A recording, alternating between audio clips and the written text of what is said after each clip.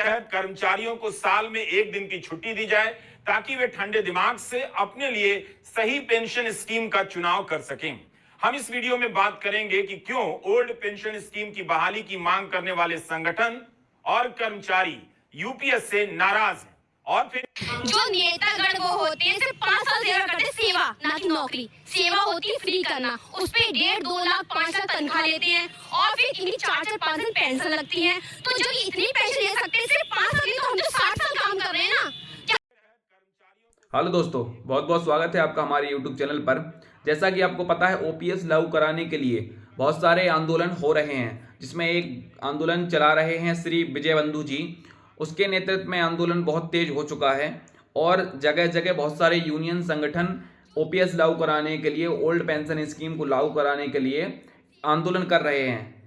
उसी में आगे करते हुए रवीश कुमार जी, जो पहले एनडीटीवी के पत्रकार थे, उन्होंने ओपीएस पर पूरी जांच पड़ताल करते हुए और एक वीडियो बनाई है, जिसके माध्यम से आपको पता चलेगा ओपीएस, एनपीएस और यूपीएस कैसे कैसे लागू किया गया और क्यों लागू किया गया, पेंशन लागू हो पाएगी कि नहीं हो पाएगी, आंदोलन कहां तक पहुंचा है। तो आइए सबसे पहले सुनते हैं रवीश कुमार जी। होते हैं सिर्फ 5 साल सेवा करते, सेवा ना कि नौकरी। सेवा होती है फ्री करना, उस पे 1.5-2 लाख 5 लाख तनख्वाह लेते हैं और फिर इन्हीं 4-4 5 दिन पेंशन लगती है। तो जो इतनी पेंशन ले सकते हैं सिर्फ 5 साल की, तो हम तो 60 साल काम कर रहे हैं ना। क्या हमारा अधिकार नहीं है? हम 60 साल 65 साल काम करते हैं तो हमारा अधिकार है। हम कुछ नहीं सरकार से, तो हम सरकार से विनती करते, भीख मांगते हैं कि ये जो सरकार हमारी पेंशन खा गई है, मानी मोदी से कहते हैं प्लीज हमारी सरकार ये हमारी पुरानी पेंशन बहाल कर दे। और अगर नहीं कर सकते तो अपनी ओपीएस जो पुरानी पेंशन वो छोड़, एनपीएस नई सरकार नई जो पेंशन क्या हमको दे रहे हैं, एनपीएस न्यू पेंशन स्कीम, वो सारे मुख्यमंत्री, प्रधानमंत्री, जितने भी नेता सारे बोले हम ले लेंगे। लोग एनपीएस और ओपीएस के बीच में झूला झूल रहे हैं। मेरा सुझाव है कि एक स्कीम और लॉन्च हो जानी चाहिए, यूपीएस 2 यानी अंडरस्टैंडिंग पेंशन स्कीम्स। इसके तहत कर्मचारियों को साल में 1 दिन की छुट्टी दी जाए ताकि वे ठंडे दिमाग से अपने लिए सही पेंशन स्कीम का चुनाव कर सकें। हम इस वीडियो में बात करेंगे कि क्यों ओल्ड पेंशन स्कीम की बहाली की मांग करने वाले संगठन और कर्मचारी यूपीएस से नाराज हैं और फिर आंदोलन की चेतावनी दे रहे हैं। आम आदमी पार्टी का कहना है यूपीएस से अर्धसैनिक बलों को पेंशन नहीं मिलेगी। यूपीएस इसलिए लाई गई ताकि अर्धसैनिक बलों को बाहर रखा जा सके। देखिए, ये जो यूपीएस है ये एनपीएस से भी ज्यादा बदतर और खराब है। अब आप देखिए, ओपीएस लागू नहीं होगी, एनपीएस चलती रहेगी और यूपीएस दोनों से अच्छी है। कमाल का तर्क दिया जा रहा है। इसी के साथ भारत में इतनी तरह की पेंशन योजनाएं हो गई हैं कि सरकार को पेंशन टूरिज्म शुरू कर देना चाहिए ताकि दुनिया भर से लोग यहां आकर देखें कि कितनी तरह की पेंशन एक देश में दी जा सकती है। मेरी जानकारी में सरकारी कर्मचारियों के लिए 6 प्रकार की पेंशन व्यवस्था है: पुरानी पेंशन, नई pension, unified pension, one rank one pension और नो पेंशन। नो पेंशन अग्निवीरों के लिए है। एक छठी स्कीम भी है। यह स्कीम केवल विधायकों, सांसदों के लिए है। विधानसभा, लोकसभा, राज्यसभा, अगर कोई तीनों सदनों का सदस्य रहता है तो उसे भी 3-3 पेंशन मिलती है। तो कुल मिलाकर 6 पेंशन का पता चला। जिस तरह से महाराष्ट्र सरकार ने यूपीएस लागू करने का तुरंत ऐलान कर दिया, पता चलता है कि चुनाव को लेकर भी जल्दी रही होगी। केंद्र ने कहा है कि यह योजना अप्रैल 2025 से लागू होगी। ओपीएस को क्यों रद्द की गई? क्योंकि उसमें तमाम बुराइयां नजर आ रही थी, ऐसे अर्थशास्त्रियों ने बताया और कहा कि सरकार के खजाने पर बोझ पड़ रहा था। अब अचानक से पढ़ने को मिल रहा है कि ओपीएस में भी कई प्रकार की खूबियां थी जो यूपीएस में डाल दी गई हैं।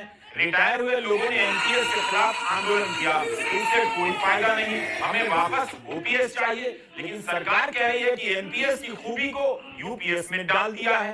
तो इस तरह से ओपीएस की खूबी यूपीएस में रहेगी मगर ओपीएस नहीं आएगी। भारत सरकार के लगभग 23% कर्मचारियों को 50% एश्योर्ड पेंशन तय हो गया। 50% एश्योर्ड पेंशन का मतलब क्या हुआ? आपके रिटायरमेंट के साल के 12 महीने का जो एवरेज होगा इसका 50% मिलेगा।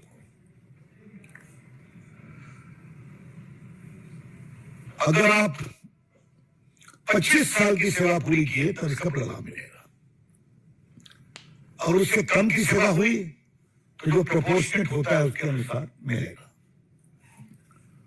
अगर आपने 10 साल तक सेवा की तो आपको एश्योर्ड 10,000 रुपीज पेंशन मिलेगा। तो लास्ट पे ड्रॉन का 50% आपका एश्योर्ड पेंशन है, निश्चित पेंशन की राशि है। ये हुई पहली बात। दूसरी बात, समय के अनुसार महंगाई बढ़ती है, उसका इंडिसेशन होता है डियरनेस में, अलाउंस में, तो उसकी भी चिंता करने का प्रावधान हुआ है। और तीसरी सबसे महत्वपूर्ण, अगर आप गुजर गए तो आपके परिवार को भी 60% का फैमिली पेंशन मिलेगा। एक प्रकार से जो एक कल्याणकारी राज्य की सोच होती है वो इस पूरे निर्णय में दिखाई पड़ती है। अप्रैल 2023 में वित्त सचिव डॉक्टर सोमनाथन की अध्यक्षता में एक कमेटी बनाई गई कि एनपीएस में क्या सुधार किए जाएं। उसमें क्या सुधार हुआ, न्यू पेंशन स्कीम में किस तरह की कमियां पाई गई, यह किसी को पता नहीं, क्योंकि उस कमेटी की रिपोर्ट सार्वजनिक नहीं है। National movement for old pension scheme के राष्ट्रीय अध्यक्ष विजय कुमार बंधु का कहना है कि उन्हें कभी भी कमेटी या सरकार की तरफ से नहीं बुलाया गया, जबकि उन्होंने कई बार पत्र लिखे। विजय कुमार बंधु का यह भी कहना है कि कमेटी बनी थी एनपीएस की सुधार के लिए। उस सोमनाथन कमेटी की रिपोर्ट को किसने देखा है, वो सार्वजनिक की जाए, क्यों नहीं की जा रही है।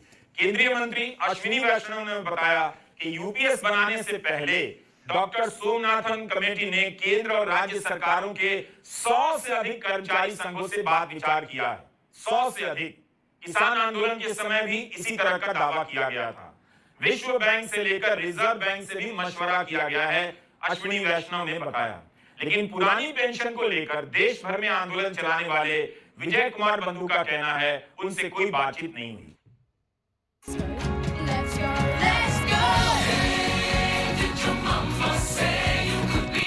विजय कुमार बंधु का कहना है उनसे कोई बातचीत नहीं हुई।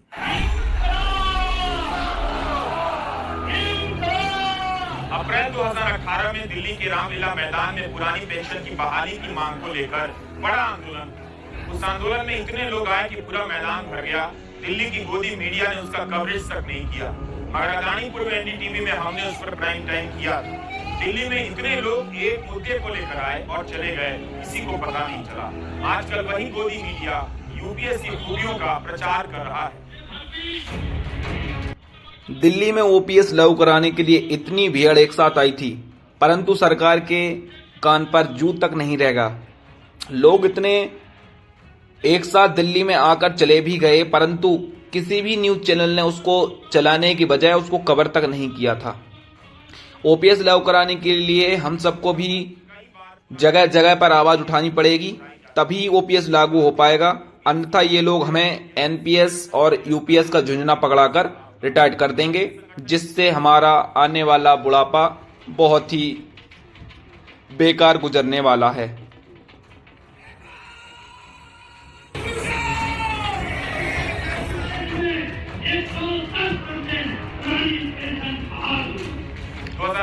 से ही पूरे देश में कई जगहों पर आंदोलन हुआ। दिल्ली में अप्रैल 2018 और 1 अक्टूबर 2023 की रैली के इस वीडियो से अंदाजा हो सकता है कि पेंशन के सवाल पर सरकारी कर्मचारी किस तरह एकजुट हो गए थे। इसी तरह के कई आंदोलनों का नतीजा है कि धीरे धीरे विपक्षी दलों के नेता इसके करीब आने लगे। 2018 से ही यह संगठन नई पेंशन स्कीम की कमियों को उजागर करने लगा था। इनके आंदोलन में आने वाले कर्मचारियों की संख्या का असर था। जल्दी ही पुरानी पेंशन की बहाली का मुद्दा विपक्ष के मैनिफेस्टो में जगह पाने लगा और ओपीएस की वापसी का वादा किया जाने लगा।